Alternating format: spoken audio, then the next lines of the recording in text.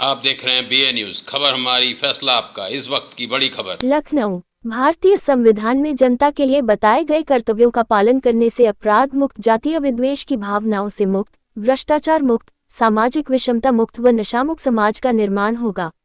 उक्त बात को अपने संबोधन में आज लखनऊ के Atal Bihari Vajpayee scientific convention centre में डॉक्टर अंबेडकर की जयंती के पूर्व दिवस पर आयोजित वैचारिक सम्मेलन में पूर्व केंद्रीय राज्य मंत्री कौशल किशोर ने कहा। वैचारिक सम्मेलन को संबोधित करते हुए कौशल किशोर ने दावा किया कि यदि देश की आज़ादी के समय जनमानस को नैतिक कर्तव्यों का निर्वहन कराने का कार्य किया गया होता तो आज समाज में अपराध न्यूनतम होते व नशामुक्त, भ्रष्टाचार मुक्त भारत बन गया होता। बेईमानी करना, रिश्वतखोरी करना, जातीय विद्वेष मानना, जातिवाद व फिरकापरस्ती व तुष्टीकरण करना, नशा बेचना व नशा कराना, नई पीढ़ी के लोगों को सिखाना, जनद्रोही कार्य करना, विकसित भारत एक आत्मनिर्भर भारत बनाने में सबसे बड़ी बाधा पहुंचाने वाला कार्य है। यदि समाज के सभी नेतागण, अधिकारीगण, समाजसेवी एवं कर्मचारीगण, मजदूर वर्ग, किसान व व्यापारी सभी भारत का संविधान में बताए गए जनता के कर्तव्यों का पालन करने लगे तो हमारा देश दुनिया का सबसे अच्छा एवं विकसित तथा आत्मनिर्भर व नशामुक्त तथा भ्रष्टाचार मुक्त देश व समाज बन जाएगा।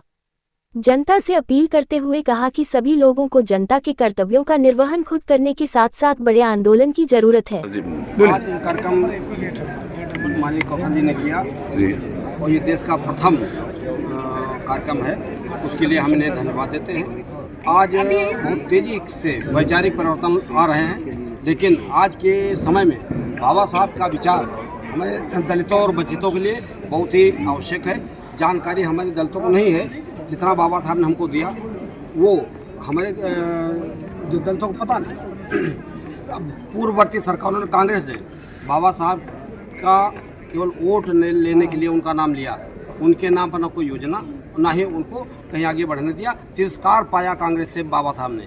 तो ये जनता तक जाना चाहिए कि कांग्रेसियों ने बाबा साहब तिरस्कार किया, उनके नाम पर वोट लिया। भारतीय जनता पार्टी उनको एक आदर्श मानती है, उनके विचारों को जन जन तक ले जाती है। पूरे देश में घर घर जाने का योजना बनी है भारतीय जनता पार्टी की। जाएंगे, उनकी विचारधारा बताएंगे और दलित वंचितों को उनके विचारधारा। आज बाबा साहब भीमराव अम्बेडकर की जयंती की पूर्व संध्या पे आज का वैचारिक सम्मेलन से सभी लोग सम्मिलित हुए। जिस तरीके से बाबा साहब भीमराव अम्बेडकर जी के संविधान को और अधिकारों को, जनता अपने अधिकारों को अपनाया और जो उन लोगों की विचारधारा होनी चाहिए, विचारधारा को अपनाने के लिए आज की शुरुआत इस कार्यक्रम से हुई।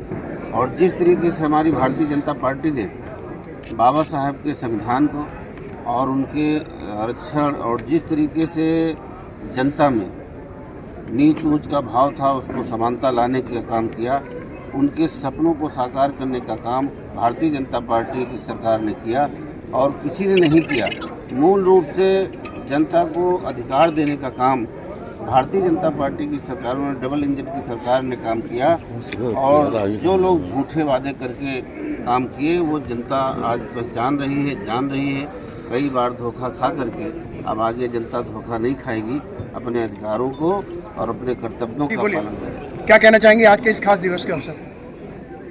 जो बाबा साहब जो हमारे हैं, ये संविधान पढ़ने के लिए जो है आज बाबा साहब ने शुरुआत किया था और इसीलिए आज सभी जगह पे ये जो हर स्कूल चल रहा है तो बाबा साहब ने स्टार्ट किया था सभी। वैचारिक सम्मेलन आपने यहाँ रखा, डॉक्टर भीमराव अम्बेडकर जी की कई बातों को रखा जिनको शायद जनता को अब तक नहीं पता था। क्या कहना चाहेंगे खास इसमें परिवर्तन के तौर पे जो आज समय आप देख रहे हैं? कि आज के इस वैचारिक सम्मेलन जो है देश का प्रथम वैचारिक सम्मेलन है। डॉक्टर अंबेडकर के मिशन को पूरा करने के लिए जनता को अपने कर्तव्यों को ध्यान रखना पड़ेगा। आज के इस सम्मेलन में उत्तर प्रदेश एससी आयोग के चेयरमैन आदरणीय बैजनाथ रावत जी हमारे बीच में, विधायक जी अंगीश रावत जी हमारे बीच में है, जयदेवी कौशल जी विधायक जी हमारे बीच में है। विभिन्न संस्थानों के लोग, पूरे प्रदेश के हर जनपद से लोग यहाँ पर आए हैं। ये वैचारिक सम्मेलन राष्ट्र में परिवर्तन लाने की बात है।